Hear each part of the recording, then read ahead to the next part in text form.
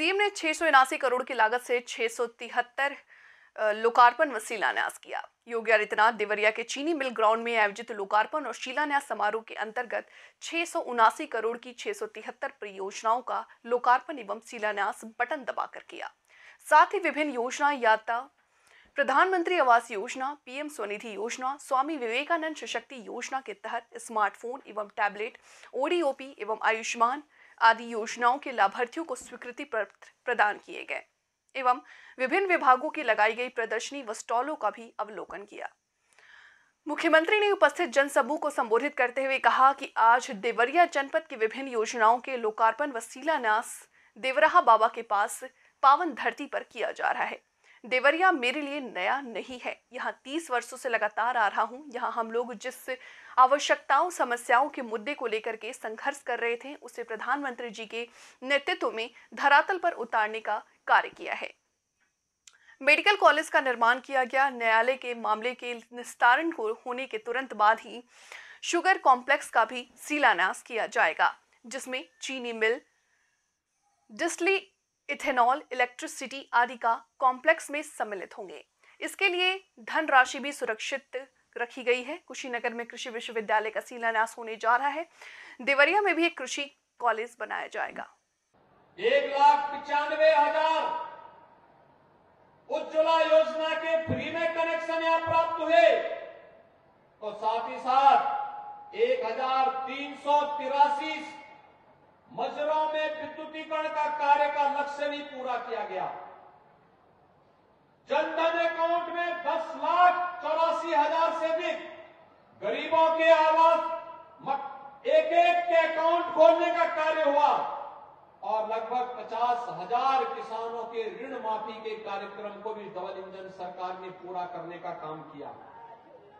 लगभग 5 लाख किसान अकेले देवरिया जिले में ऐसे हैं जिन 5 लाख किसानों को प्रधानमंत्री किसान सम्मान निधि का लाभ प्राप्त हो रहा है। और अभी तो यहां पर हम लोग पीएम कुसुम योजना के अंतर्गत ट्यूबवेल पर हमने अभी ट्यूबवेल की बिजली फ्री की है। सोलर पैनल लगाने की कार्रवाई को भी आगे बढ़ाने का कार्य हो रहा है। पीएम स्वामित्व योजना में जहां पर मकान, वहां का मालिकाना अधिकार 85,000 से अधिक घरों में वितरण हुई है और आयुष्मान कार्ड में 6,71,000 परिवारों को आयुष्मान कार्ड वितरित हुए हैं। कि आवास बन पाएंगे? आप सोचिए, प्रधानमंत्री आवास योजना के 17,358 गरीबों को एक आवास देवरिया जनपद में प्राप्त हुए। अगर डबल इंजन की सरकार नहीं होती तो क्या ग्रामीण क्षेत्र में हर गरीब को 17,000 से अधिक आवास मिल पाते? मुख्यमंत्री आवास योजना में भी 1,389 लाभार्थियों को यह लाभ प्राप्त हुआ और प्रधानमंत्री आवास योजना शहरी में लगभग 24,000 आवास निर्मित हुए हैं। 24,000 आवास के लिए जो शहरी क्षेत्र में देवरिया में, बरहज में, कटौदी में, इन कस्बों में जो आवास बने हैं, इन आवास के लिए भी मैं देवरिया के इन सभी गरीबों को जो आवासहीन थे उनकी सिर को ढकने के लिए डबल इंजन सरकार ने जो सौगात दी है, इसकी मैं आप सबको बधाई देता हूं। स्वच्छ भारत मिशन में अकेले देवरिया जिले में 2,44,000 परिवारों को एक शौचालय प्राप्त हुआ। तो ग्रामीण क्षेत्र में ग्रामीण सचिवालय के लक्ष्य को पूरा करने के लिए 575 पंचायत सचिवालयों के निर्माण का कार्य भी समयबद्ध तरीके से आगे बढ़ाने का कार्य हुआ। देवराहा बाबा की इस पावन धरा को नमन करते हुए मैं बधाई देता हूं। होली के पूर्व, क्योंकि होली के दौरान तो हो सकता है कि हम लोग चुनाव आचार संहिता के नाते कोई उद्घाटन शिलान्यास नहीं कर सकते, इसलिए मैंने कहा कि वे जल्दी में ही सही यहां पर हम लोग जाकर के होली का उपहार अपने देवरिया जनपद के बंधुगणों को उपलब्ध करवा दें। इसीलिए आज मुझे यहाँ पे 700 करोड़ रुपए की इन परियोजनाओं के साथ आपके जनपद में आना पड़ा है। देवरिया ये हमारे लिए कोई नया नहीं है। मैं पिछले 30 वर्षों से लगातार देवरिया आ रहा हूं और देवरिया आकर के यहां पर जब मैं आता हूं तो यहां के कार्यकर्ताओं के साथ यहां की आवश्यकताओं के अनुरूप यहां की जन समस्याओं को लेकर, जिन मुद्दों को लेकर के, जिन मूल्यों को लेकर के हम लोग संघर्ष करते थे, आज डबल इंजन की भारतीय जनता पार्टी की सरकार मोदी जी के नेतृत्व में उन्हें जमीनी धरातल पर उतारने का कार्य कर रही है। कोई सोचता था इस देवरिया जिले में भी मेडिकल कॉलेज स्थापित होगा और देवराह बाबा के नाम पर उनकी स्मृतियों को प्रणाम करते हुए इस मेडिकल कॉलेज का निर्माण डबल इंजन की सरकार ने यहां के जनप्रतिनिधियों के मांग पर स्थापित किया है। मैं देवराह बाबा को नमन करते हुए मेडिकल कॉलेज के लिए भी आप सबको हृदय से बधाई देता हूं। बहनों और भाइयों, यहां पर यहां की जो एक मांग है, और मैं भी बार बार कहता हूं, मेरी इच्छा भी थी कि लोकसभा चुनाव के पहले शिलान्यास करें, लेकिन न्यायालय में मामला लंबित होने के नाते हम लोग नहीं आ पा रहे, लेकिन देर सवेर करेंगे जरूर। शुगर कॉम्प्लेक्स जिसमें चीनी मिल भी होगी, डिस्टिलरी भी होगी, इथेनॉल का प्लांट भी होगा और को जनरेशन का इलेक्ट्रिसिटी के निर्माण की कार्रवाई भी यहां पर कोजन प्लांट भी होगा। एक साथ एक कॉम्प्लेक्स यहां पर बने, इसके लिए भी हमने पैसा रखा हुआ है। जैसे ही मामला वहां से ठीक हुआ, तुरंत पैसा देवरिया आकर के निर्माण कार्य यहां प्रारंभ होगा।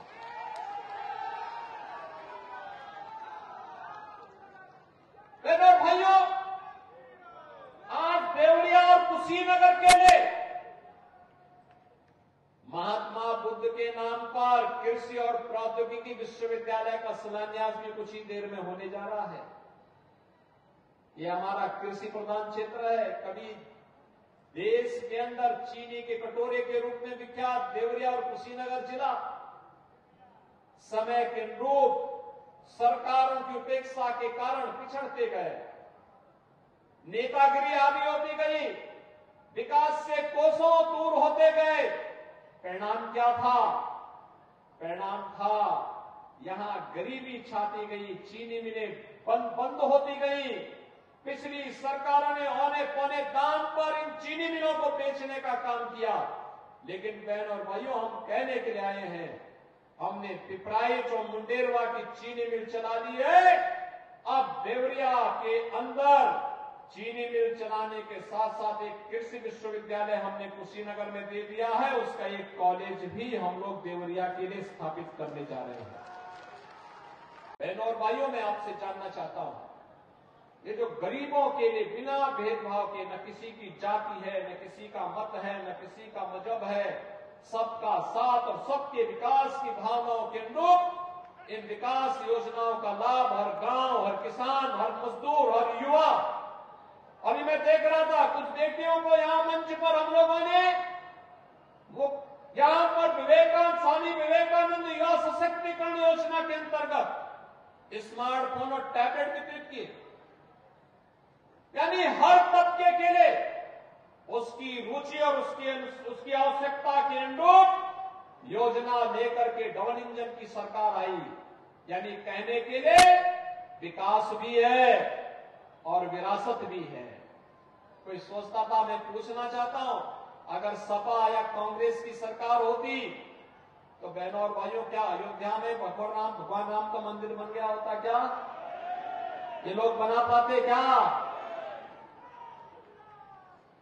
कितने लोग अयोध्या में दर्शन करने के लिए गए? वाह भाई, देवरिया बहुत आगे निकल गया। बाकी लोग जो हैं वो भी चाहिए अब अयोध्या दर्शन करने के लिए।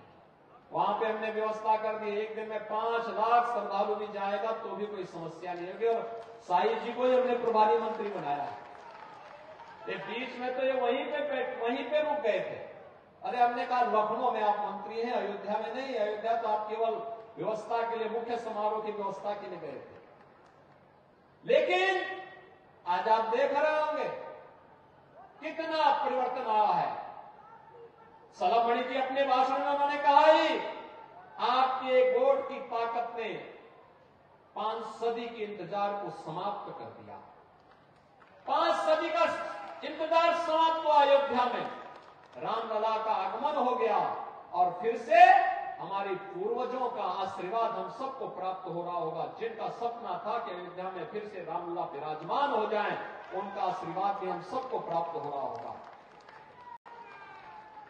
अब देवरिया पिछड़ा नहीं रहेगा। प्रकृति और परमात्मा की, ऋषि मुनियों की, संतों की, स्वतंत्रता संग्राम सेनानियों की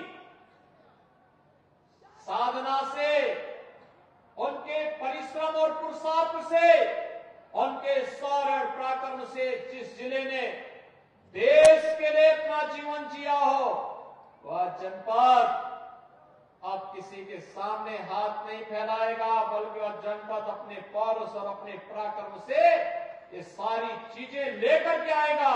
और आपका यह पौरुष और पराक्रम अब आपके वोट में दिखता है।